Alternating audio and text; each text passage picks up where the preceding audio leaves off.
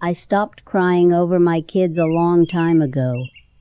If you think calling them up on your mobile and crying into it is going to make them drive over for Sunday lunch, you're dead wrong. Listen to me. It just makes them screen your calls. I learned that the hard way. I just turned 92 last week. 92. And I'll tell you something. I didn't expect to still be here, but I am. And I'm not just sitting around waiting for the end, either. I've got things to do. I've got a garden that needs tending. I've got a little girl who needs collecting from school. And I've got 2 cats who seem to think I exist purely to serve them, which, if I'm honest, I probably do. But I'll get to that in a minute. First, I want to say something. Some of you, and I still can't believe this, some of you heard me talk before. My first story. About moving in with my daughter, about the care home, about meeting Sarah and little Emma next door. I had no idea anyone would listen to that. I truly didn't. I thought maybe a handful of people might hear an old woman rambling on. But then Sarah showed me her phone one evening. She said, "Margaret, you need to see this." And she showed me all these messages, thousands of them. People from all over the world. America, Australia, Brazil, Germany, places I can't even pronounce. And they were all so kind. So unbelievably kind. People saying my words helped them. People saying they rang their mom after hearing my story. People saying they cried. I sat there in my kitchen reading those messages, and I'll tell you honestly, I had to take my glasses off because I couldn't see through the tears. So if you're one of those people, if you took the time to write something, thank you. From the very bottom of my old, stubborn heart, thank you. I'm sending you the biggest hug these creaky arms can manage. You have no idea what that meant to me, truly, right then. Now let me tell you what's been happening since. Because life doesn't stop just because you're 92, does it? It just gets more interesting. So, I just turned 92 last week. I woke up that morning and I thought, 92, good Lord. I've been alive for 92 years. I've seen 12 prime ministers. I've survived rationing, a pandemic, burying my Richard, and learning how to use a mobile phone. Not bad for one lifetime, is it? Now, I wasn't expecting much. I really wasn't. At my age, birthdays are just another day. You wake up, you make your tea, you check the weather. Same as always. But that afternoon, there was a knock at my door. I opened it, and there was little Emma. She's 10 now. Can you believe that?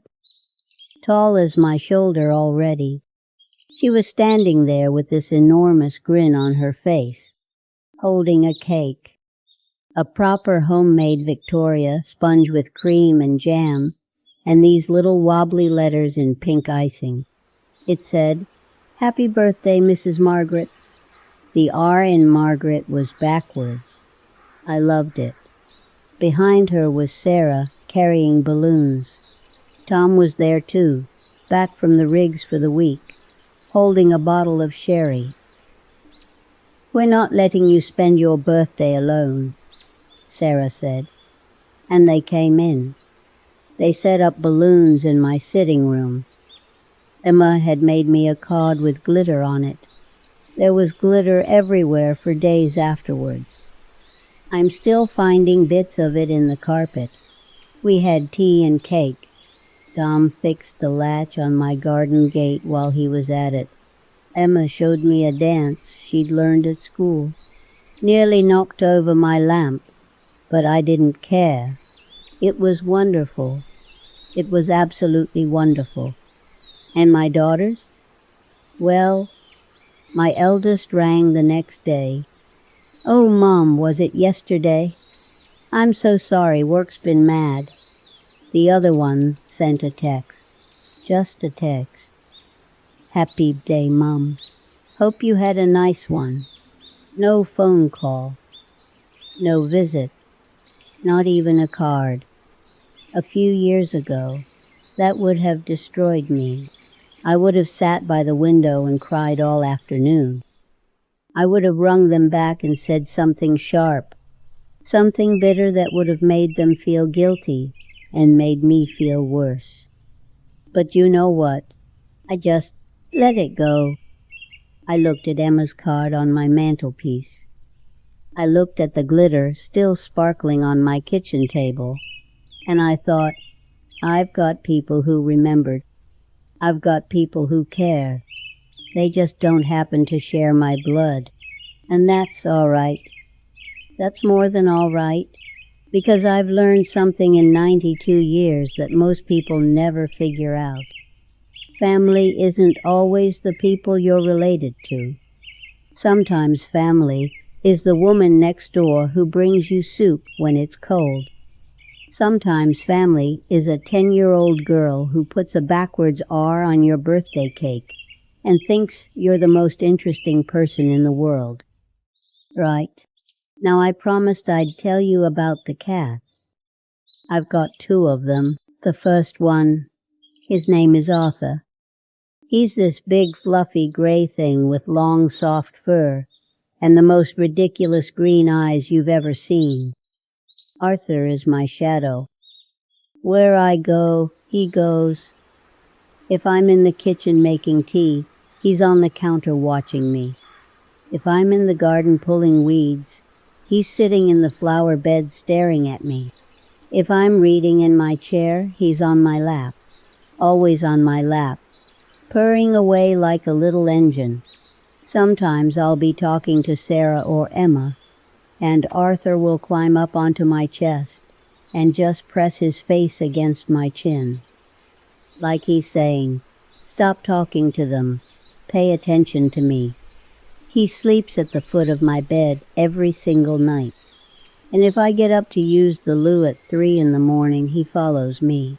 I'll be sitting there half asleep, and there's Arthur, sitting on the bath mat, staring at me with those big green eyes. No privacy whatsoever, but I wouldn't change him for the world. The other one is called Biscuit. He's white with these patches of pale gold, like someone dipped him in weak tea. Biscuit is a different creature entirely. He doesn't do cuddles. He doesn't do laps. If you try to pick him up, he gives you this look. You know the look, the one that says, "I will tolerate you, but only from a distance." He comes and goes as he pleases. Some days he'll sit at the end of the sofa, just close enough to be in the room, but far enough that you can't reach him. Other days he disappears into the garden for hours. But every evening, without fail, he comes and sits on the windowsill while I do my crossword. He doesn't want to be touched. He just wants to be near, and I respect that. Not everyone shows love the same way, do they? Some people are Arthurs, right up in your face, needing you, holding on tight. And some people are Biscuits, keeping their distance, watching quietly, loving you from the other side of the room. I think my daughters might be Biscuits, actually. They love me, in their own way, from a distance, and I've made my peace with that.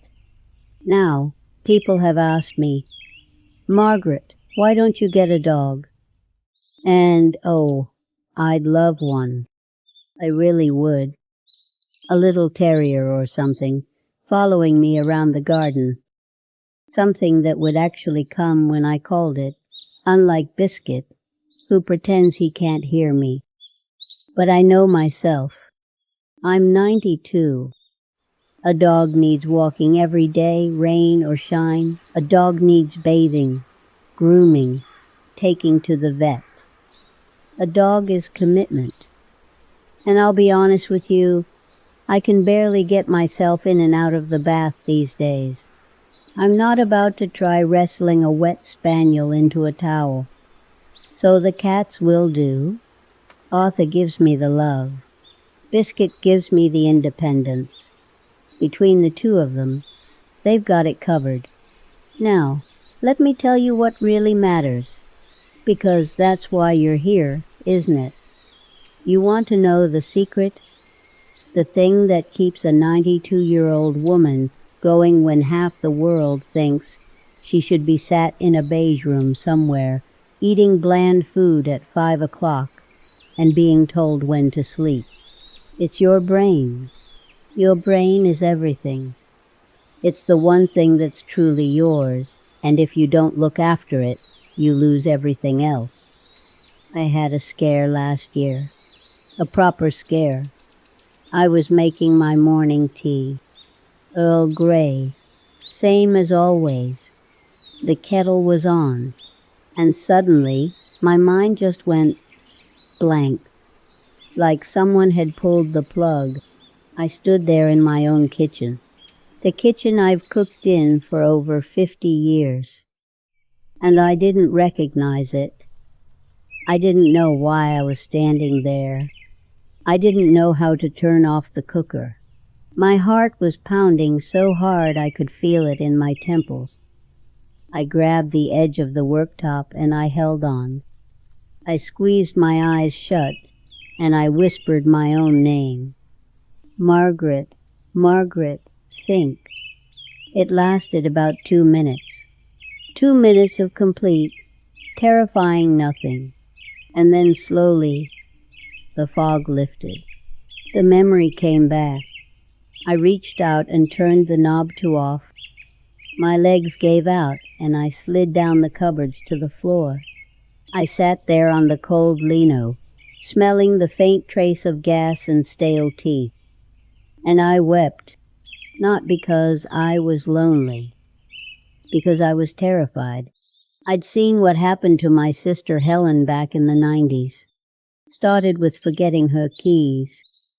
Then she forgot her own daughter's name.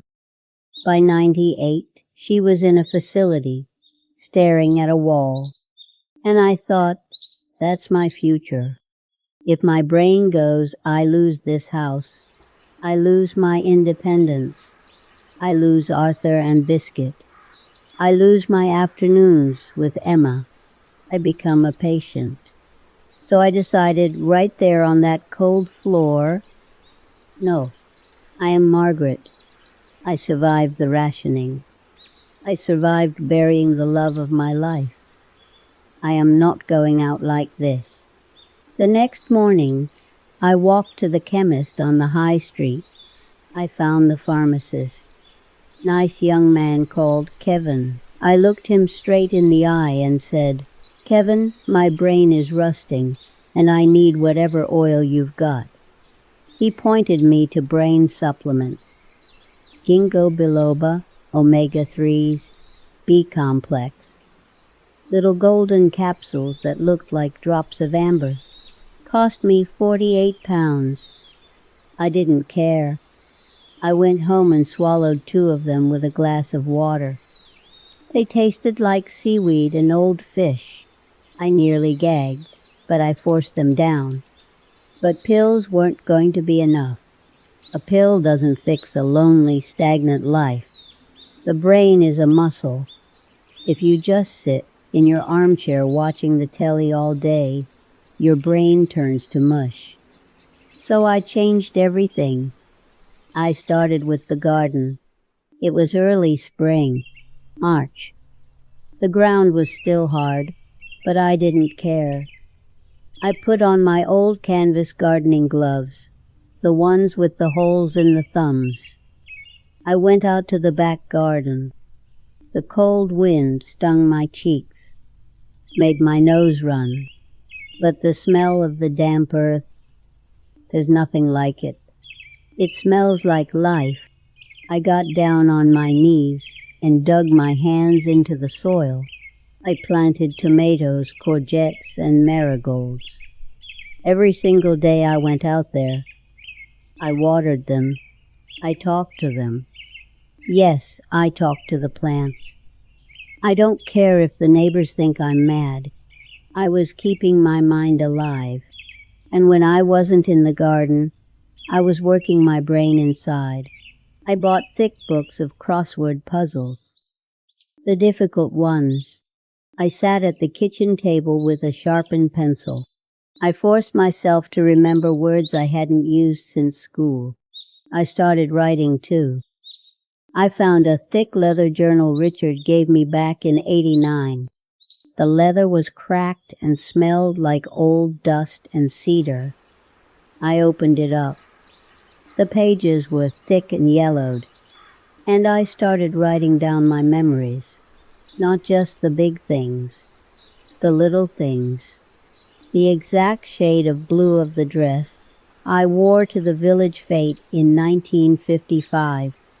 The taste of candy floss at the seaside. I forced my brain to dig deep and pull up the details. And you know what? It worked. Thank the Lord it worked. Weeks turned into months. The fog never came back.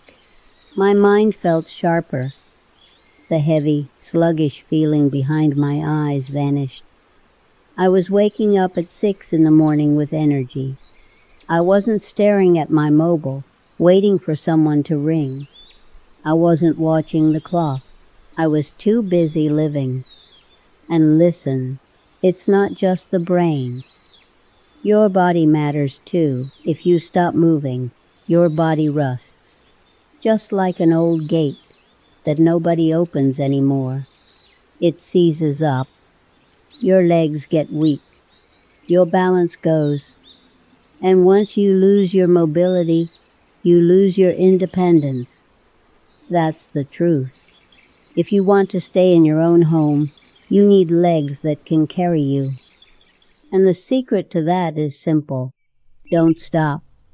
Don't lie in bed all day waiting for the end to come. Get up. Clean something. Wipe down the kitchen counter. Sweep the floor. Go outside and pull a weed. It doesn't matter what it is. Just move. And if you're already feeling your legs getting weaker, do this. Sit down in a chair. Stand up. Sit down again. Stand up again. Do that 5 or 6 times. Do it every day. It's not much, but it strengthens your legs more than you'd think. I do it every morning while I wait for the kettle to boil. Arthur sits there watching me like I've lost my mind. But my legs are still carrying me to the school gates and back every day. So something's working. And if you can afford it, get a physiotherapist. Even once a fortnight. They know what they're doing. They'll give you the right exercises for your body. It makes a real difference. A real difference. And can I tell you something that people don't want to hear? Having children is not a guarantee that someone will look after you when you're old. That's the biggest lie anyone ever told us. Have kids, and you'll never be alone. Nonsense. Some children are absolute angels. Truly. They ring every day, they visit, they bring food, they hold your hand. God bless those children and the parents who raised them. But some children, they grow up. They get their own jobs, their own families, their own worries. And little by little, you start to fade into the background. You become a phone call they'll make later, a visit they'll do next month, a name on a screen they swipe past because they're busy. It doesn't make them bad people. It just makes them people. And if you sit there feeling sorry for yourself because your kids are absent, that's the worst thing you can do, because that bitterness eats you alive. It poisons everything. And here's the thing about kids. They can smell desperation, just like a dog smells fear. If they know you're sitting at home miserable, waiting for them, they feel guilty. And people avoid things that make them feel guilty. But when you stop caring, when you start building your own joy, they get curious. It was late July, hotter than I can ever remember. The birds were going mad in the trees outside. I was on the back step. I had a jug of ice-cold elderflower cordial. The condensation was dripping down the sides of the glass. I was repotting some begonias. My hands were covered in black soil. Arthur was sat on the warm paving stones, watching a butterfly, and I heard someone coming up the path. I didn't even look up. I just kept packing the dirt around the roots. I could hear footsteps getting closer on the gravel. "Mum?" It was my eldest daughter. I slowly turned around. She was standing there in a nice summer dress, holding her handbag, looking confused. She looked at me. She looked at the garden. She looked at the jug of cordial. She looked at Arthur stretched out in the sun. "You didn't answer your mobile," she said.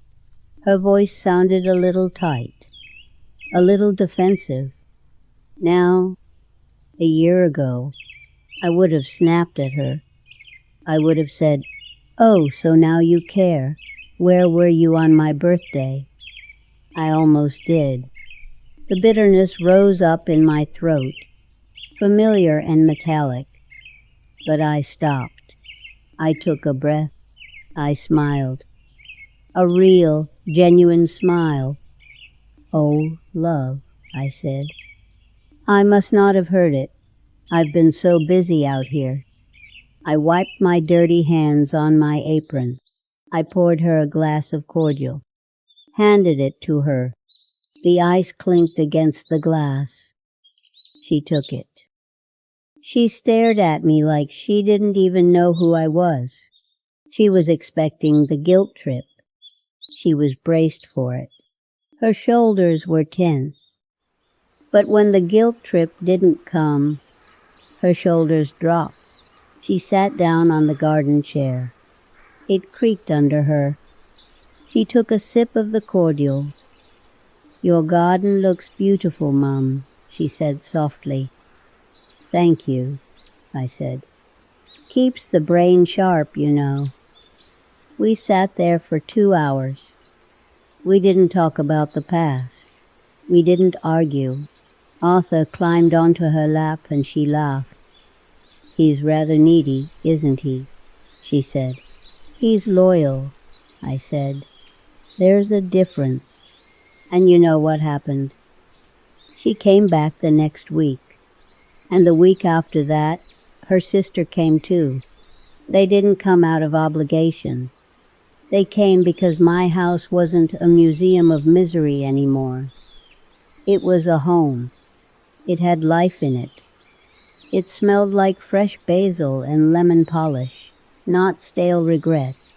They saw a woman who was fighting for her mind, fighting for her life, and they wanted to be part of it. I went inside later that evening. After they'd left, the sun was setting, casting long orange shadows across the hallway. I walked past the mirror by the front door. I stopped. I looked at myself. Really looked.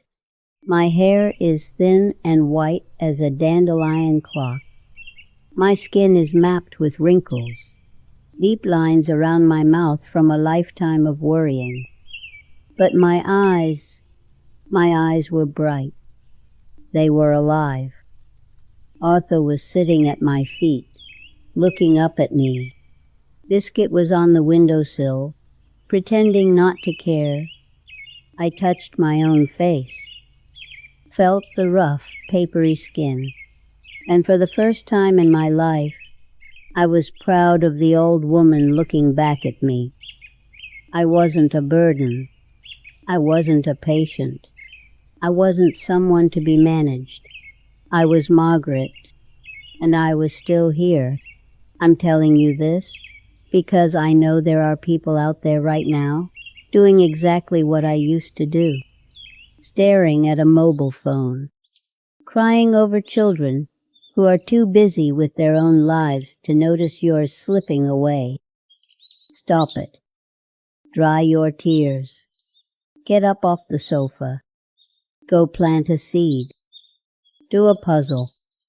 Get a cat, if you can manage it. Even one like Biscuit, who won't sit on your lap, but will sit in the same room as you, and that's enough. Take care of your brain, because it's the only thing that's truly yours. If you build a beautiful garden, the butterflies will come on their own. You don't have to chase them with a net, right? I'm telling you, it's the hardest lesson I ever had to learn. But it saved my life, and it saved my family. Well, I suppose that's about it for today. That's my piece of truth. The sun's going down now. The house is getting quiet. But it's a good quiet, a peaceful quiet. Arthur is curled up on my lap, purring away. Biscuit is on the windowsill, watching the birds. I can smell the lavender I picked this morning. I've got a crossword puzzle waiting for me, and a cup of chamomile tea. Tomorrow I'll collect Emma from school. She'll talk my ear off about whatever they're learning this week. Probably the tutors or something, and Sarah will pop round with something for tea. That's my life now. Small things, real things, beautiful things. I don't know who needed to hear this today. Maybe nobody. Maybe just me, saying it out loud to remind myself. But if you did listen, if you're out there holding on to a quiet house and a heavy heart, thank you for spending a little time with me. It means the world. It really does. And to all of you who heard my first story, all of you who wrote those beautiful messages, I carry every single one of those words with me. You made an old woman feel like she still mattered. And I want you to know you matter too. Every single one of you. Now then, I'm curious. How old are you? Where are you listening from? Drop it in the comments for me, won't you? I'd love to know how far this old lady's voice has managed to travel. All right, my dears, you take care of yourselves, and take care of that brain of yours. Arthur says goodbye too, though he's fast asleep, so he doesn't know he's saying it. Until next time.